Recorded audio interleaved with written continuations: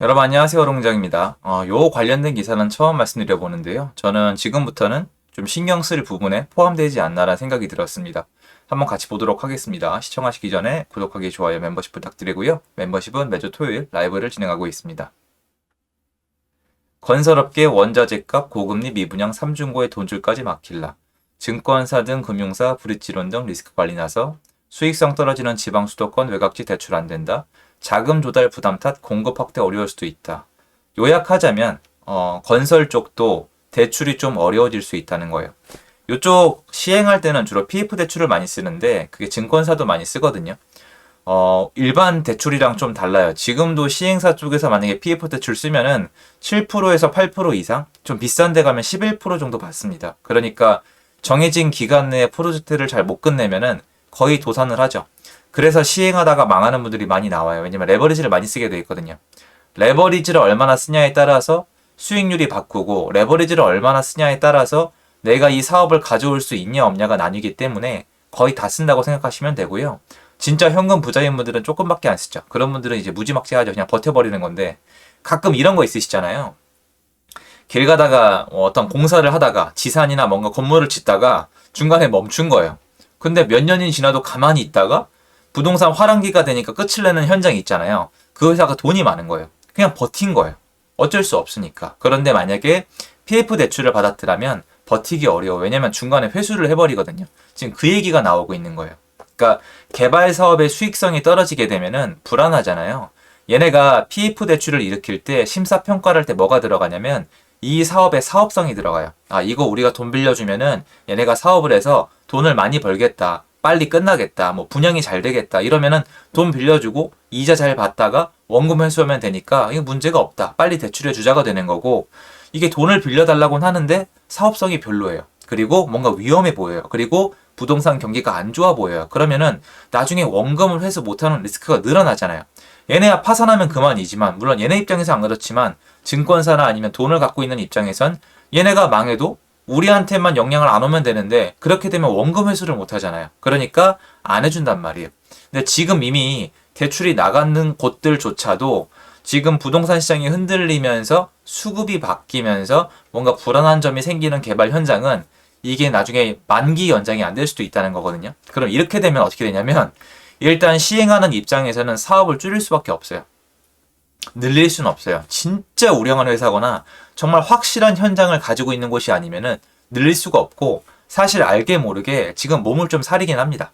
일단 분양이 잘 안 되고 그리고 아시겠지만 분양가를 마음대로 못하는 곳들이 너무 많이 있고 그리고 미분양 얘기가 나오기 시작했잖아요. 건설사들은 미분양에 알러지를 가지고 있어요. 미분양이 과거에 건설사에 얼마나 무서운 영향을 미쳤는지 사람들은 이제 아마 기억을 하실 거예요. 할인 분양 때려야 된단 말이에요.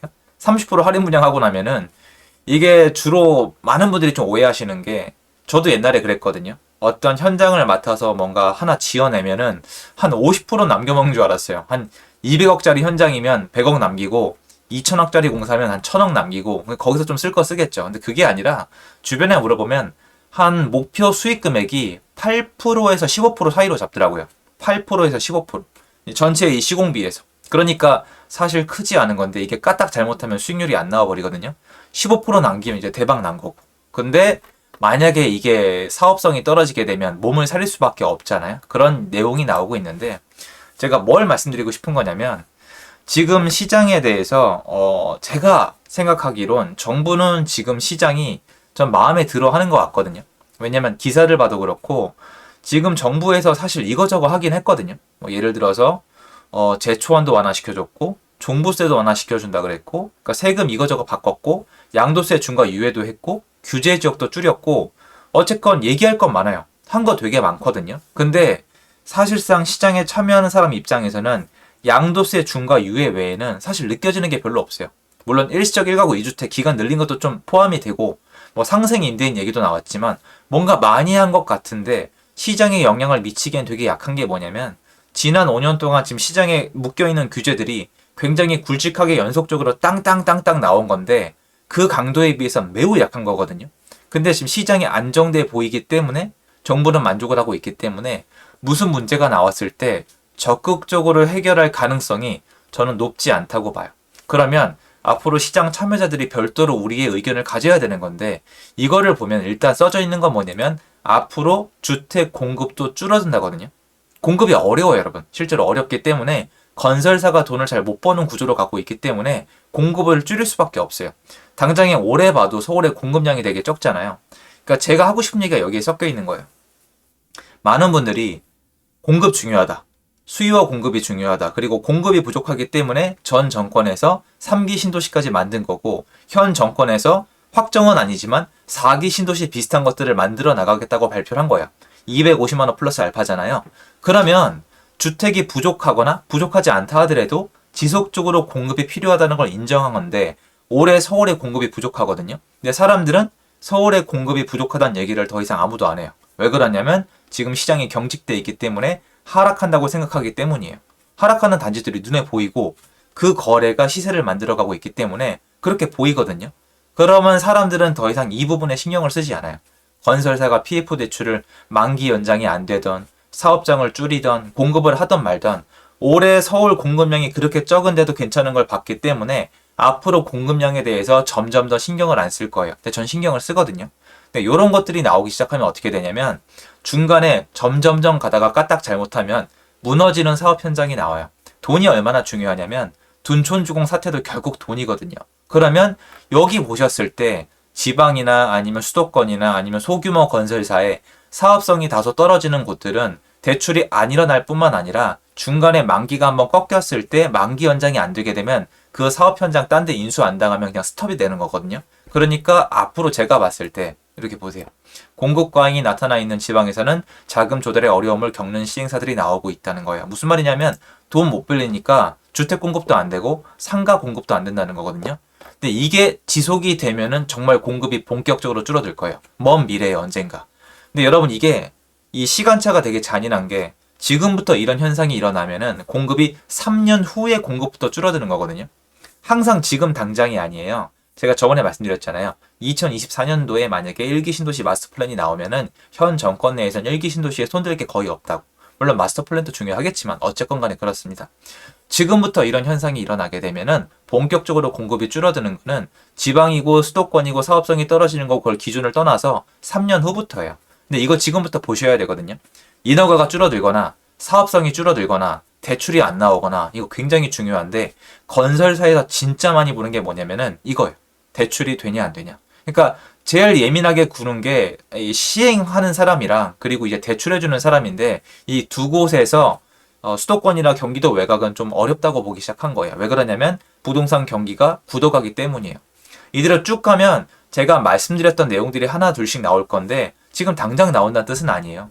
시간이 얼마나 걸릴지 모르는데 제가 말씀드렸던 게 몇 가지가 있는데 한번 말씀드려 볼까요? 지금 이런 식으로 쭉 가면은 어디에 문제가 생기냐면 일단 세금에 언젠가 문제가 생겨요. 언젠지는 아무도 못 맞춰요.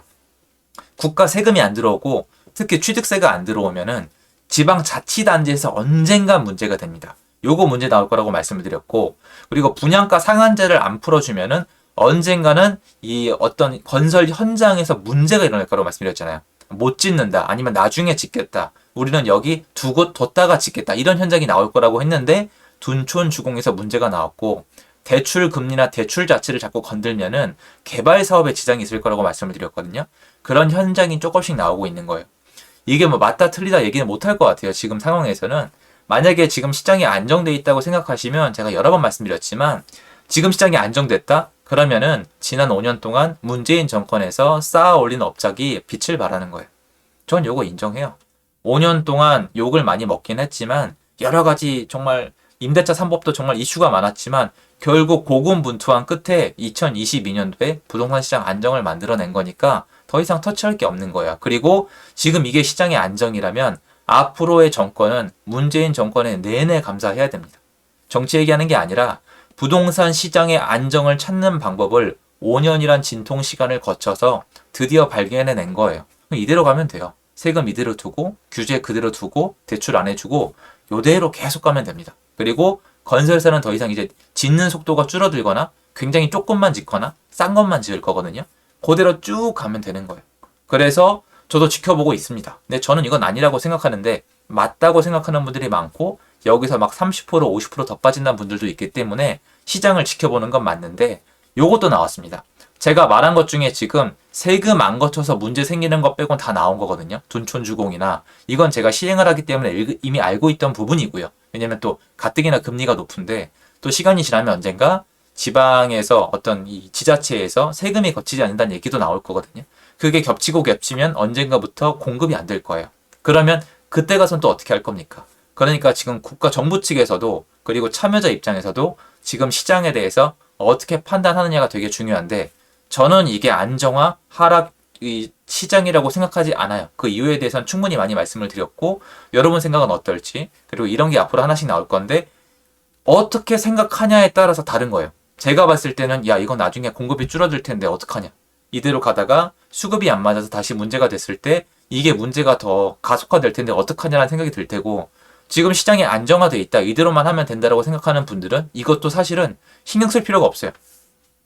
시장이 안정화돼 있는데 굳이 뭐 이걸 신경을 씁니까? 이게 뭐 이 어떤 시행사들 돈 버는 문제인데 이렇게 나뉘거든요. 그래서 한동안 시장이 가는 동안에 사람마다 보는 시각이 정말 첨예하게 달라질 거라고 생각을 합니다. 그래서 요 부분 한번 말씀드리고 싶어서 영상을 켰습니다. 요거 앞으로 심해질 거예요, 여러분 한동안. 왜냐면 제가 다녀봐도 전국적으로 시행사들이 어려워지고 있거든요. 그러면 스탑하는 곳, 포기하는 곳 이런 거 나올 겁니다. 기사가 다시 나오면 그때 다뤄보도록 하겠습니다. 도움됐으면 좋겠고요. 제 영상 여기까지입니다. 감사합니다.